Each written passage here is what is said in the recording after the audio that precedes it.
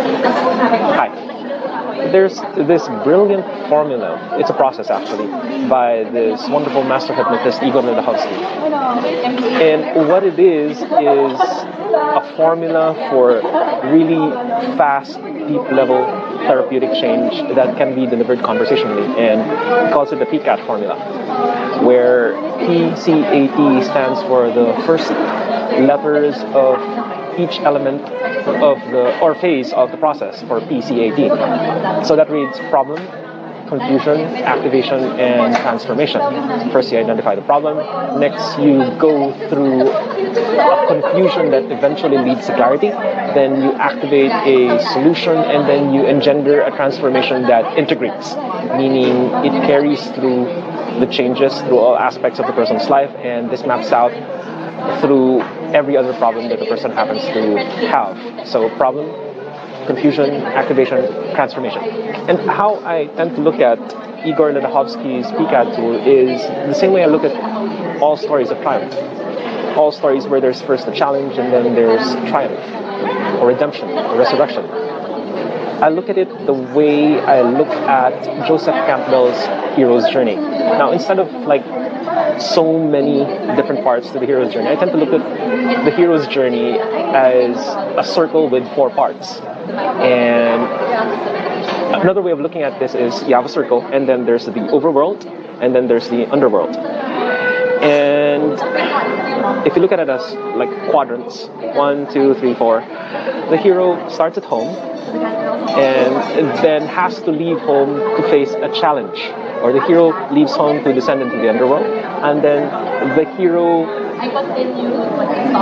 achieves something or triumphs in some way or gains a tool or sometimes a wife, and then goes home, leaves the underworld, goes home to celebrate. So hero's journey for me is overworld, underworld, and the hero leaves home to face a challenge, gains a tool, then goes home to celebrate. So you could look at it as Thor in Asgard goes to face a horde of frost giants, gains Mjolnir or Stormbreaker, and triumphs and returns home to Asgard or Valhalla for a celebration. So this to me is the story of all great stories, and this to me is also problem, confusion or challenge, activation, and then transformation, or Igor Ledahovsky's super famous, super powerful, super useful PCAT formula. Hats off to you, Sir Igor. And if you look at the parts of the PCAT formula, there are certain things which I'd really like to highlight. First off, in the problem or home stage, it's really important to check that what you see as the patient's presenting problem is actually the problem, because very often the patient or client will say or declare something that isn't actually the problem, and the actual problem is actually something deeper, something that's hidden under the declared problem. And very often the patient won't even know this, that their real problem is hiding behind their declared problem. So that's very important to look at. In the second stage of the PCAT formula, in the problem or challenge or proceeding to descend into underworld for adventure stage, it's really important, I think, that we have in our minds the frame and the understanding that this is a challenge and that it isn't a bad thing to be confused. So I see this also in the aspects that Igor pointed out. And my way of looking at it is that the conflict or confusion or challenge stage, the part where the hero descends into the underworld, has several really important elements that we should look at. And among these, they're all kind of like C's. There's the conscious bypass, or the bypass of the critical factor or the overthinking mind, or the bypass of the parental mind, so that we can talk to the part which actually does the changes, the unconscious mind. If you think about it, people who smoke or are addicted to something, they've been told that the addiction is really bad, but they can't do anything about it. Even though they know it's bad, the rational mind knows that it's bad. Unless the unconscious gets it and does something about it, no real change happens. So this highlights for me the importance of speaking to the unconscious mind, of bypassing the conscious mind, of doing conscious bypass. Another C is, for the confusion state, another C is commanding a clear route. When we take on the guise or the mantle of the hypnotherapist. We're essentially functioning as the person's higher mind or superconscious or parental conscious mind. Essentially, we're in charge. So we have to take it upon ourselves to first do no harm and then to take positive charge and to take this opportunity to command a clear route, because the patient, via their internal protective mechanisms, with the limited understanding that they have, may not understand that they're trying to help, and so they may back up into like recesses and try to escape your therapeutic intervention. And it's really useful to prepare the route so that when they're trying to escape, the places they escape or back into are the places you prepared as safe spaces and havens for them, so that they can make positive changes in their lives going forward. So, conscious bypass, command a clear route, and then next would be for still in that C phase of the PCAT formula, still in that challenge or confusion stage, conscious bypass, command a clear route, chunk the problem so that it's smaller or easier to handle. We have this old joke among therapists, like that kind of goes, how do you eat an entire elephant or mammoth? And the answer is, of course, to chunk it down. But it's not necessarily chunking it down. It may be chunking it up, because very often the patient in today's distracted world isn't even involved enough. So sometimes you have to increase the level of complication to make it interesting. So if there's no engagement, the solution is make it small enough so that they can face it, or make it big enough so that it gets their attention in the first place. So that's my way of looking at chunking. So conscious bypass, commanding a clear route, chunking. Next is cycle breaking, with the understanding that whatever they've been doing pathologically for some time now, and it's really useful for you to demonstrate, point out, show, and allow for breaking this pathologic cycle, this holding pattern, this whatever it is that they're stuck with and that they're being stuck by. So, conscious bypass, commanding a clear route, chunking up or down, breaking the cycle, and then finally, if you go through this, even without using all of them, but it's really nice if you can incorporate all of this, you can go from confusion to clarity. And my take on this is, confusion is that ultra juicy, yummy state right before you hit clarity of mind. So my take on this is, confusion is not only necessary, like you need to confront it, confusion must be pursued. Like it's not just an artifact or an accident of pursuing a therapeutic route for your patient.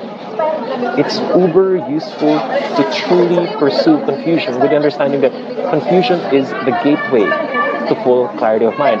Because until the patient is confused, very often they're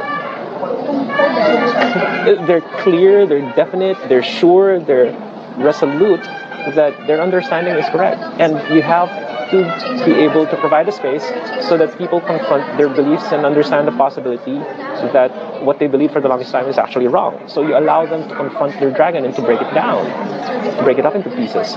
You allow them the opportunity to see that what they believe for the longest time may not be true. So we've gone through the PCAT's problem, confusion, and then we go to activation. And my usage of the activation phase is, as with the hero's journey, the hero goes from home, descends into the underworld to face a challenge, and then like Thor, having to leave home, his father dying, confronting challenges, and he's also lost his brother, and he's also lost Mjolnir. Storm then gains a new tool, and that to me is the activation stage, where the hero gains a triumph or a tool, or gains a tool and then triumphs with that tool. And elements to this phase, to the activation phase of the PCAT process or the PCAT process, include reframing, storytelling, emoting, experiencing, and visualizing. Let me go through this real quick. A reframe is a tool by which we allow the person to be confronted with the fact and then accept it that what they believe for the longest time might actually not be true, or that it's actually completely false. Just the opportunity to consider that even though they've thought themselves right for the longest time, that they could be wrong. That's the essence of a reframe. So you're essentially taking a notion and then bending it on itself. So it's like, instead of breaking a belief, you might first bend or reroute a belief. So that's reframing, and you can do this very easily verbally. There are several tools, including sleight of mouth and mind-bending language and clear languaging tools, and we can go over these at another discussion point in time. So there's the reframe, and then there's the storytelling or analogy or metaphor. And here we essentially find a way to piggyback indirectly that if no resolution is in sight, it just might be because the story isn't over. And that the natural progression of a story is that there is a challenge, there's a problem, but these problems are confronted, and that tools and triumph are gained, and celebration will happen eventually. And this is essentially the hero's journey as used within the A or activation or triumph part of the PCAT or hero's journey as a process tool for conversational change. So still under A, there's triumph tool idea, and we've talked about reframing, storytelling.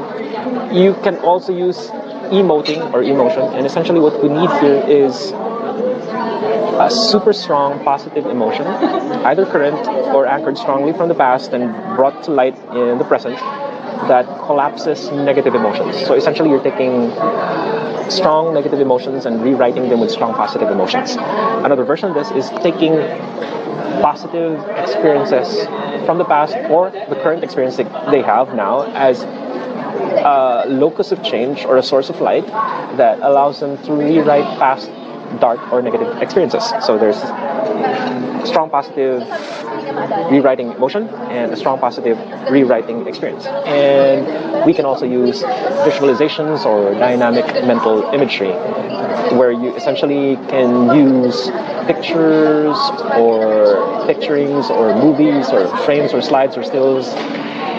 And like a movie where you have your client picture themselves in the movie, they can enforce changes so that the story they've had for the longest time is rewritten in real time. And you can in fact prepare slides, so to speak, that they can, when they're faced with a problem again, they drop this new slide they prepared to override old negative experiences. So under the activation, there's the reframe, the storytell, the positive emotion, the positive experience, and the visualization or dynamic mental imagery. And under the T part of the PCAT formula, we have transformation. And for me, as I pointed out earlier, this correlates with the celebration phase of the hero's journey, where the hero descends into the underworld, gains a tool, and goes into celebration or transformation. And if you look at NLP, this correlates well with the integration phase, where you essentially take all the new lessons, learnings, understandings, and positive states and changes they made at conscious and unconscious and even superconscious levels, and then they integrate this into all levels of being and allow this to carry out through the entire timeline, back and forth, so much so that this event informs future decisions and rewrites past memories, so that overall the present going forward creates a future they could not have imagined possible before you allow them to have the space for transformation. And I hope this has been useful. This has been Strix, and we've talked about the hero's journey as a process tool that overlaps strongly with Igor Ledhovsky's PCAT process as a tool for delivering conversational change at the deepest levels. And if you've got any questions, let me know. Cheers!